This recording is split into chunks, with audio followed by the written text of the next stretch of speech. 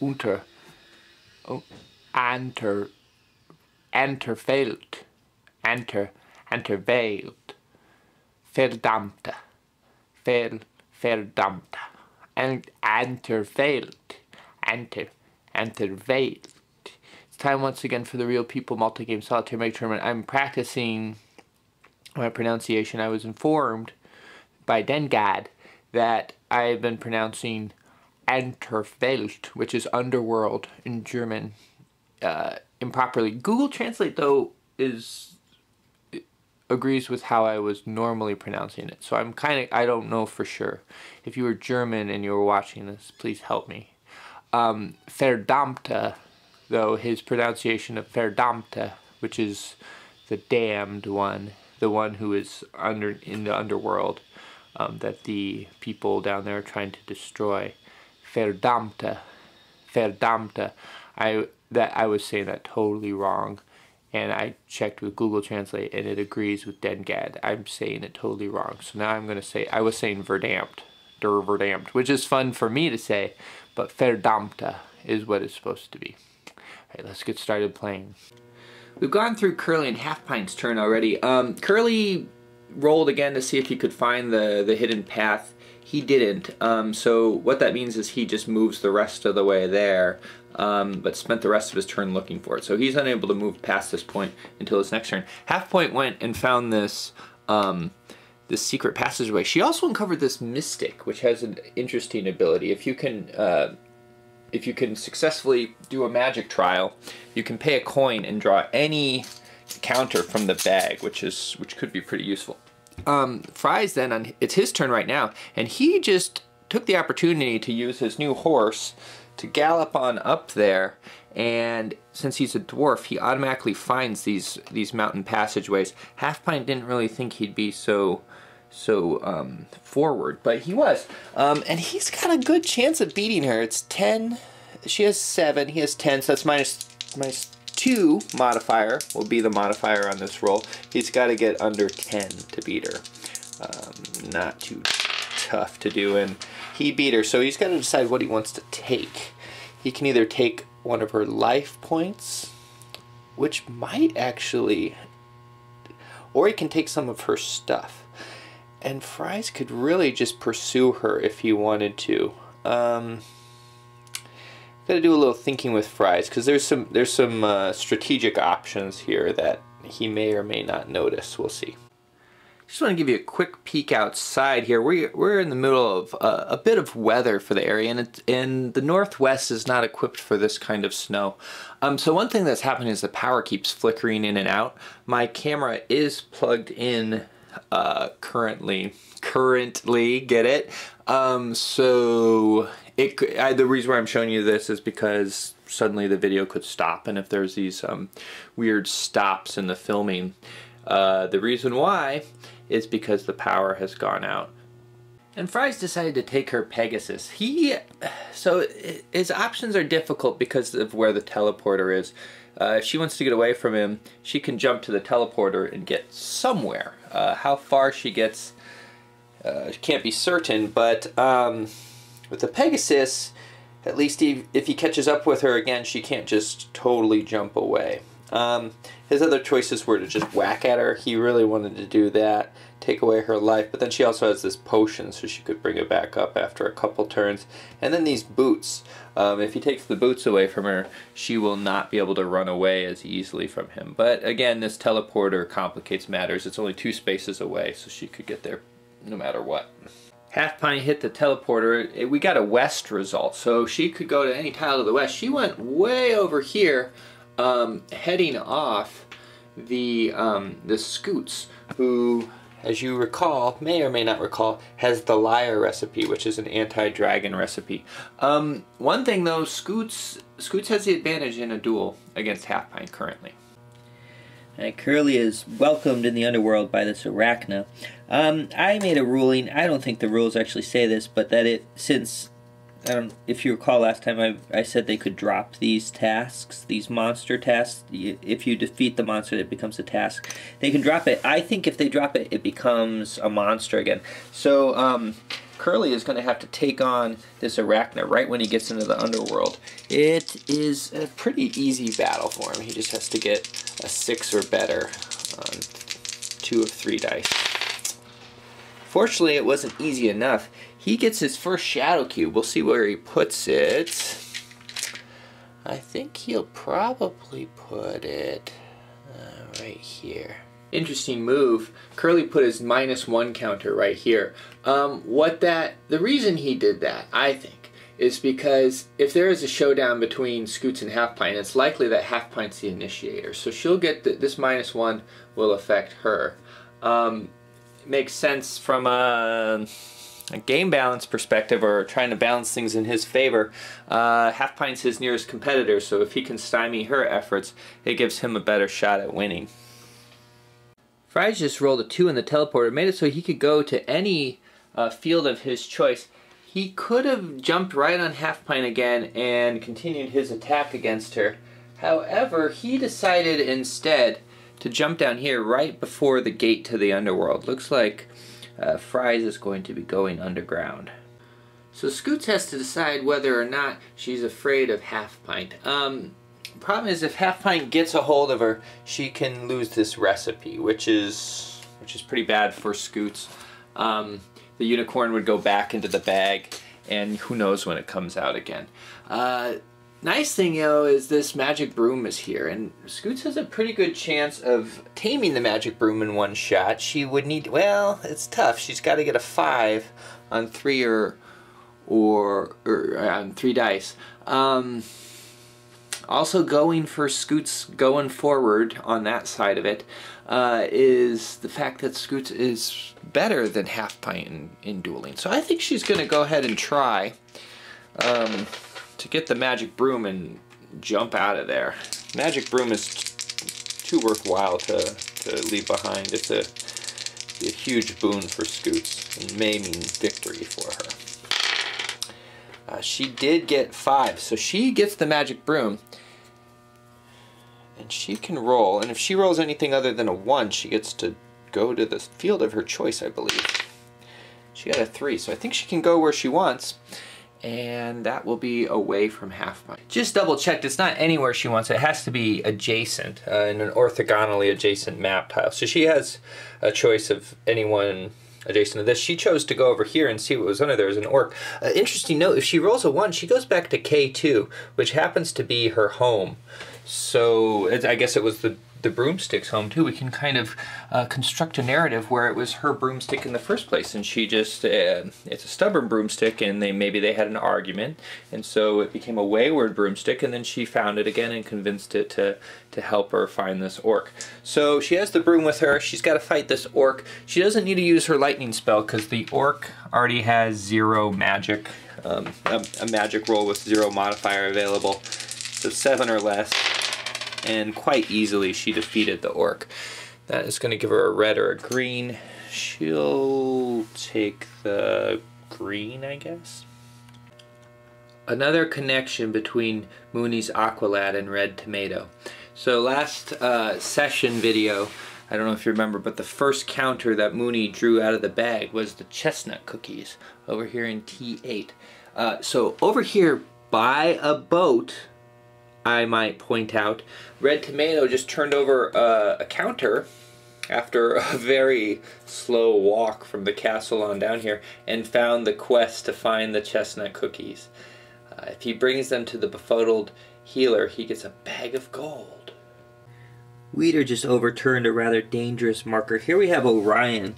If someone defeats Orion, they get one of the weapons that is useful against Der Verdammte. And, you know, Curly, it's not his best area, ranged combat.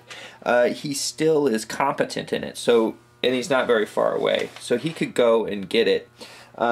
Weeder doesn't have a very good shot at it. She's already failed once. She needs to get a 3 on 2 dice. That's really hard to do. Currently, Curly's turn. He's looking at a situation not unlike the one Mooney's Aqualad was in earlier. He has Weeder coming right at him, which is kind of making him think he maybe shouldn't be going after Orion right now. I don't know, he's debating it. What makes him kind of head towards Orion, however, is that Fries is sitting right above. Now, he's caught essentially between two of the best duelists in the game currently. Either one could probably beat him in combat. Let's see, he's sitting on 7, and Weeder's sitting on 8, 9, 10. Fries is the same way. So, you know, he can either try to run away, which he doesn't really have a way he can get around her that she couldn't pursue him if she wanted to, or he can just kind of go for what he's going for. Now, if he... So, here, I guess here are probably his choices. He could explore. That would put him one space away from Weeder and buy him a turn, right? Because Weeder's mobility is down to 3. Because she got poisoned by that Gorgon, right? Then she wouldn't be able to get him. He could just charge ahead and try to face Orion anyway. He could also charge ahead and try to attack Weeder. Maybe take her sword from her. That might be an interesting option. I'm going to have to spend a little time with Curly and figure out what he would do. Curly opted to try to take her sword. He would have needed 4 or better to take Orion. You know, going this way would have probably just delayed the inevitable because Fries is coming down. Fries has a decent movement rate. He could have caught him even if she didn't. It would have been hard for him to maneuver. If he gets the sword, however, he has a chance. So he is going to try to get... He has to get a 5 or better on 2 dice. That's still not very good, but better chances than he'd have otherwise.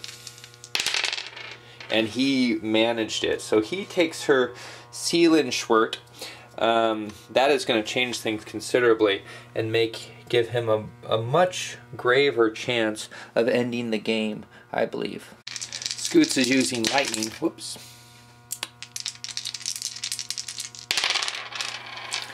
Alright, she holds on to her lightning and defeats this owlbear. Red Tomato has finally made it to the frog. He, unfortunately, is going to need a 5 or better on 2 dice to beat him. And this is another case, and I know I've groused about this a lot, where I'm really unsure what to do with his combining ability, his ability to combine 2 things. I think he is going to get the negative modifier. I think the one with the worst modifier, he gets that one. So if he was, say, combining blue and red, he would only use the red modifier, not both. That would just be too bad, but if he got to choose the modifier, that would be maybe too good. I don't know. So he's going to combine green and blue, so that gives him 6 minus 1 is 5. Oh, he did it! I'm so happy for Red Tomato. I was feeling bad about his chances, but you know, he's fulfilled the first part of his quest now, so maybe he will be able to do a bit more than we expect. And that's going to give him a cube, and that's really useful. Weeder's not giving Curly any room to breathe. She's initiating duel, so he has to decide whether or not to use this sword. And I think if he does use it, he gets a shadow cube in the red area. I see. So by using the sword, Curly does not automatically get a shadow cube. He only gets a shadow cube if he would normally get an experience cube. So any experience cube he gets while using the sword becomes a shadow cube. That's less of a disadvantage to him. But Weeder is still not going to let him just walk away with it. She's going to attack a duel. So that she has an 8. He now has a 7, 9. So that's only a -1 to her thing, to her roll. Or to the number she needs to hit. So she needs to get a 7 or better on these 2 dice. And she has successfully stolen the sword back. And I have a feeling we might see quite a lot of this back and forth until Fries comes to town. Half Pint has just gotten to the king and gotten her own anti-nameless quest. This one's pretty good for her because the Firewalkers, which is the first part of the quest, are right there. That's not far away. And they're vulnerable to archery. So she can do that. Then she just has to take it to Granitus B4. So let's see if B4 is available. So the people she needs to take it to are not yet revealed. So that's going to slow her down a little bit. But she can get a good jump on it. And I have to determine whether people can steal this away from her. Maybe only Curly can. And Curly's in a similar situation as last turn. Only difference is he can outrun Weeder right now, so he has to decide whether he wants to keep playing tit for tat with this Soul Sword or run away and get somewhere. And I think, where could he run away even? 1, 2, 3, yeah. So he can't even get away from her because there's so many monsters out here. If he runs into one, yeah, well, he could go 1, 2, 3, 4 and get there. And if she were to catch him, she couldn't go straight through. She would have to follow him around. So I think he might do that. Fortunately, doesn't have any money to pay this fountain thing in order to get better. But yeah, I think he has his eye on the prize, and he doesn't want to waste his time over a weapon he can't even use against Der Verdammte. Fries realized he didn't have any money to pay Cerberus to go into the underworld. He would like to be able to club him, but the rules are such that he can't. So he called a market. He's calling a market instead, hoping the others, even if they don't like his wares, will see the need to pay up in order so that he can stop Curly. So here we have this cloak, and looks like that's some armor. Some nice armor. It doesn't slow you down. This kind of lame spell, and some boots. The only person who can really afford things are Mooney. Mooney will pay, though. He will pay. He would like this cloak, but he can't afford that. He doesn't really want that, but he looks like he's going to have to take that. I don't think he can use the boots and the sandals, so he's going to pay for this. Very charitable of Mooney, but it's necessary. He's then very silly. I said earlier that this was Scoot's house right there, the place where the stubborn broomstick goes. That's not her house. That's Red Tomato's house. So I think it was his broomstick. But he is sort of an incompetent magician, and so the broomstick left him, maybe? And I think it's probably more impressed with Scoots. But Red Tomato is very close to the castle now. He just has to get past this spider, and he'll need to do that on his next turn. But he took a boat over. That was kind of fun. So what he did, I'll reenact this movement, because I don't know, it was satisfying. He's right here. He had just beaten that frog. There's his friend Mooney's Aqualad, and they had a little conversation, I think. Across, like, hey, I'm going up here. Have fun at the White City. And then he goes, 1, 2. Oh, I'm using a boat. Shh. There he goes. Tice has just encountered a guard of the Nameless, the first one in the game that someone's encountered. This one, unfortunately, requires one to have red skill. She's not so good at red. She's got to get a 3 on 2 dice in order to beat it. Otherwise, she takes a hit. Luckily, she's got enough life so that if she fails, which is likely, it's not going to be the end of her world. Oh, she almost beat it. Wow, if it hadn't had that -1 modifier, she would have beat it. But alas, that servant of the Nameless has taken a chunk off of our dear Tice. Weeder could have gone up to Elysian and sort of walled off Curly from getting anywhere, but instead she decided to go after this Arachne here, I think, or else she's trying to go up. We don't know. But she's going to face the Arachne, and she's got a pretty good shot at it. Here we go. Rolled. Well, yep, she's got it. So Arachne is now in her possession. If she takes it to Tartarus, she gets rewarded. My son's waking up, so I'm going to have to be going. But Curly is finding himself to be ill-equipped for the travails of the underworld. A lot of these monsters out here are gray dot monsters. That means he would have to be facing them with his least experienced stat, which is magic. And so some of them are actually impossible for him to beat. So he went up and he found this this thing right here, the Niederer Daemon. So Proba Misslungen +1 for den Wert. And Curly's going to do it. He's going to take one of his life and donate it to the demon. He is going to test his physical ability. He thought about doing the magic, but I think he's not even going to bother. And I think he can use these two. That's what I think. I think his number goes up. And my son's singing in his crib, but I just thought I'd give you a quick update on how things are looking before I finish. So, half pint here, she's at almost to her nameless thing that lets her fight the nameless, and she actually has a good shot of beating the nameless. Unlike Red Tomato, who's also almost there, and he's actually closer to being there. All he has to do is go to see the king, and he has accomplished his quest, and he can go see he can face the nameless if he wanted to. However, if you look at his cubes, he's pretty weak. It would be hard for him to beat the nameless. So his next step is probably going to be to try to buff himself up. Luckily, he can buff up any number of different skills and still be able to combine them. So that could help him out in the long run.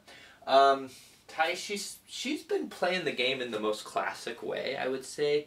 She's galloping around trying to collect quests. The reason why is because she needs money. And so if there's real really cash-drained group at this point. Looks like there's only like 2 coins maybe. Oh no, I guess Half Pint's there's 4 coins among the heroes altogether. But so Tice has got a number of quests. Once she starts fulfilling those, she's going to get her money up. Then she can go get her candles, and then she can get her nameless quest done. She could have a shot at beating the nameless. It would be hard though at this point. Weeder, she's still she hasn't really done a lot. She's kind of in the same spot. Mooney, he's in the overworld. He has some equipment. His equipment's not that useful though, and he's still pretty much just heading over to get to the White City and get his life up. Curly is in an interesting place. I don't know what's going to happen to him. You know, if he's lucky, he could win the game soon.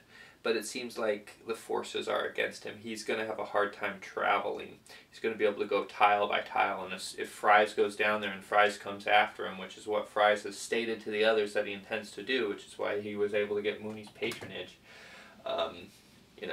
Curly is going to be in trouble. Though Curly is getting stronger, so maybe he could defend Fries off. I don't know. Mooney, I have to say one thing for Mooney and for Red Tomato and these people who are behind, they are looking for the upper guys to kind of cancel each other out, and maybe they could be in a position to snatch victory. It's unlikely, however. I think I may be able to play later today. We'll see.